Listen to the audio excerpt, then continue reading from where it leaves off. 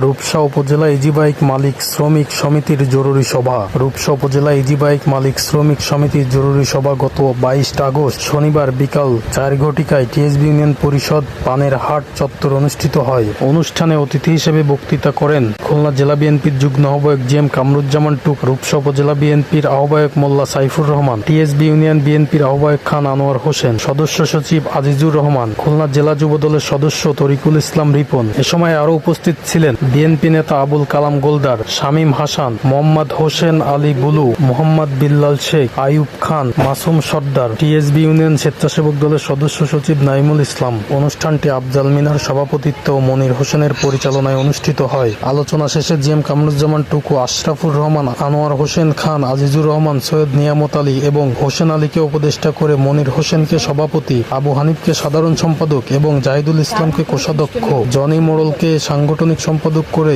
21 সদস্য বিশিষ্ট কমিটি গঠন করা হয়।